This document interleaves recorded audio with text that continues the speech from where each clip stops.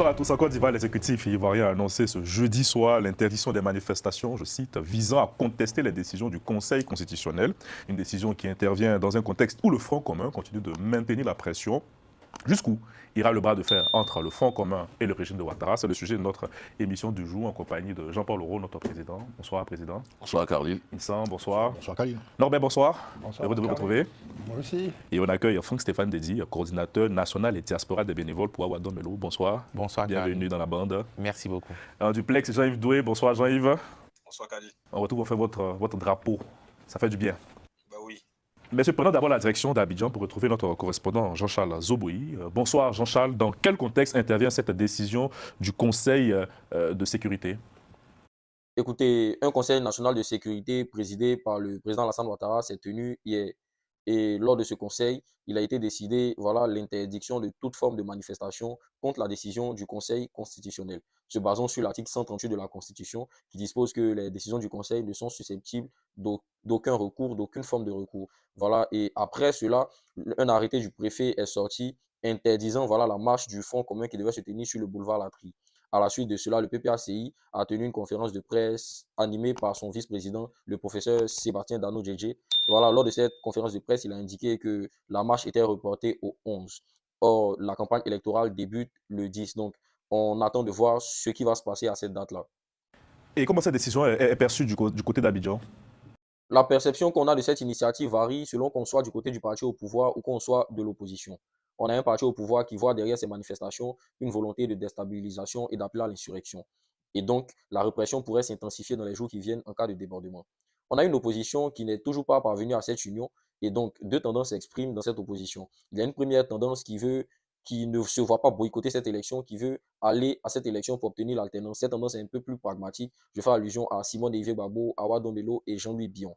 Et on a cette opposition traditionnelle, qualifiée d'opposition significative, qui, elle, ne veut pas aller à ces élections dans ces conditions, en tout cas pas dans ces conditions-là, parce qu'aller aux élections dans ces conditions, pour elle, serait légitimer ce qu'elle appelle forfaiture, ce qu'elle appelle viol de la Constitution. Merci beaucoup, Jean-Charles Zoboui. Merci beaucoup, Carlil. Messieurs, comme on vient de la part de notre correspondant, quelle lecture faites-vous de Jean-Paul Aureau de cette interdiction des meetings, des manifestations publiques visant à contester les décisions du Conseil constitutionnel? D'abord, je ne suis pas surpris. Pour moi, quand on regarde l'environnement politique ivoirien, ça ne me surprend pas que le gouvernement ait pris cette décision d'interdire ces manifestations avec les différentes arrestations qui se font à tour de bras, ces détentions que j'appelle déshumanisantes parce que quelquefois même on n'a même pas le motif de l'arrestation. Ça ne me surprend pas que le gouvernement, que le régime d'Abidjan use de ce type de méthode-là pour interdire une manifestation ou une marche, pour moi, qui répond à un fondement constitutionnel. Et puis, cette interprétation de l'article 138 de notre Constitution, moi, me pose problème. C'est vrai que les décisions du Conseil constitutionnel sont insusceptibles de recours, mais c'est recours devant la justice. Cela ne veut pas dire que le citoyen n'est pas autorisé à critiquer ou marquer sa désapprobation face à la décision. Ce n'est pas, quand on dit ça, franchement, peut-être qu'on a des lectures différentes. Pour moi, c'est comme ça que j'approche les choses. Pour moi, c'est une réalité. Et puis, faisons un peu attention, ce pays-là a une histoire. Ne faisons pas comme si l'histoire de la Côte d'Ivoire a débuté avec l'arrivée du président Alassane Ouattara au pouvoir. Dans ce pays-là, il y a eu une décision, il y a eu un arrêt du Conseil constitutionnel qui a été contesté. Des gens sont partis dans la rue, ils ont pris des armes. Et par la force de feu de la force Licorne en Côte d'Ivoire, Laurent Gbagbo a été renversé. Donc pour l'instant, je vais m'arrêter là et puis dire que c'est vrai, parce que je suis journaliste, j'ai mes infos, j'ai une certaine grille de lecture, ça ne me surprend pas, je m'y attendais et puis certainement que je comprends aussi que les membres du Front commun s'y attendaient évidemment, hein, peut-être qu'ils ont dans leur escarcelle une stratégie pour arriver à leur fin. Mais pour moi, je m'y attendais. Et puis, qu'est-ce qu'on fait? Peut-être qu'au cours de ce débat-là, on parlera de ce sujet. En tout cas, c'est une interdiction, je précise, pour interdiction des marches visant à contester la décision du Conseil constitutionnel. Ça ne peut marcher pour autre chose. Je me réfère à la décision. Non, parce que dans le communiqué, en fait, on ne spécifie pas. Le communiqué indique en fait juste que les marches, en fait, d'accord, sur l'espace public, les marches sont interdites. Il n'y a pas de spécificité en ce qui concerne en fait les personnes qui souhaitent marcher contre le Conseil constitutionnel. Il faut bien regarder. Il y a plusieurs niveaux. D'abord, mais la décision du Conseil constitutionnel de son. Oui, ils ont aucun recours. Elle s'impose au pouvoir public, à toute autorité administrative, juridictionnelle, militaire. Tout à fait. Parce que par conséquent, toute contestation de cette décision, de quelque nature, quelle que soit, est illégale et expose ses auteurs aux sanctions prévues par la loi. Donc, c'est dans ce contexte que la décision intervient. Alors, en fait, non. Ce communiqué en fait, du Conseil national de sécurité, d'accord, est en prélude, normalement, de l'événement qui devait avoir lieu le 4.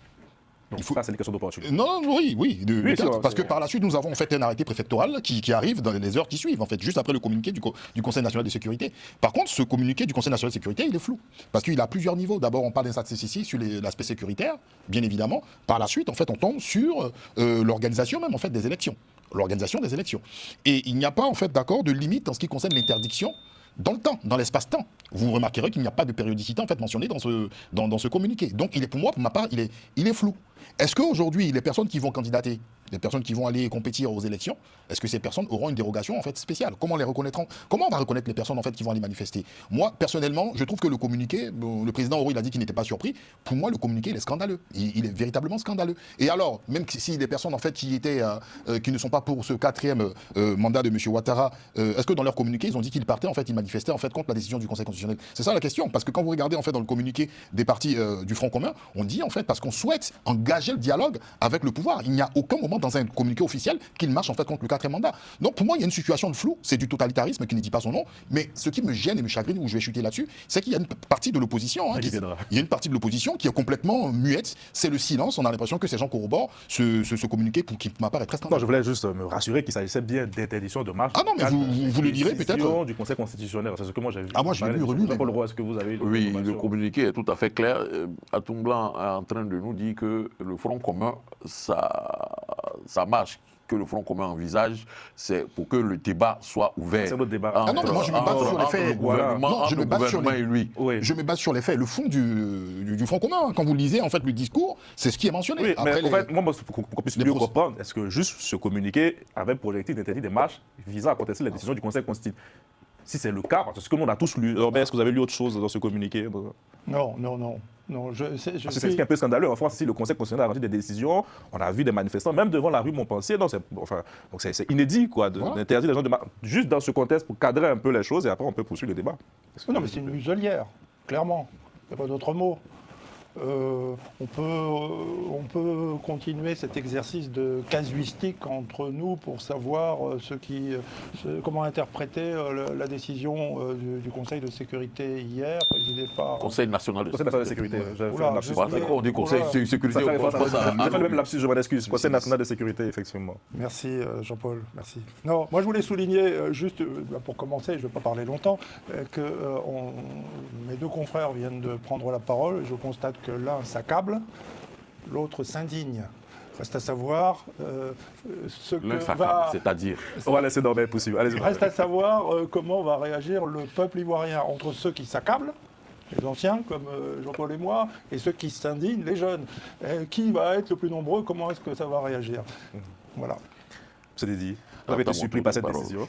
Pas vraiment, parce qu'il y a des éléments qui indiquent qu'on va crescendo vers le fait d'empêcher toute manifestation ou toute contestation, ce genre de choses, parce qu'il y a eu des propos tenus par certains membres de l'opposition qui ont été interprétés comme des appels à l'insurrection. Donc ces personnes ont été emprisonnées ou auditionnées, en tout cas elles sont encore dans les fers de la justice.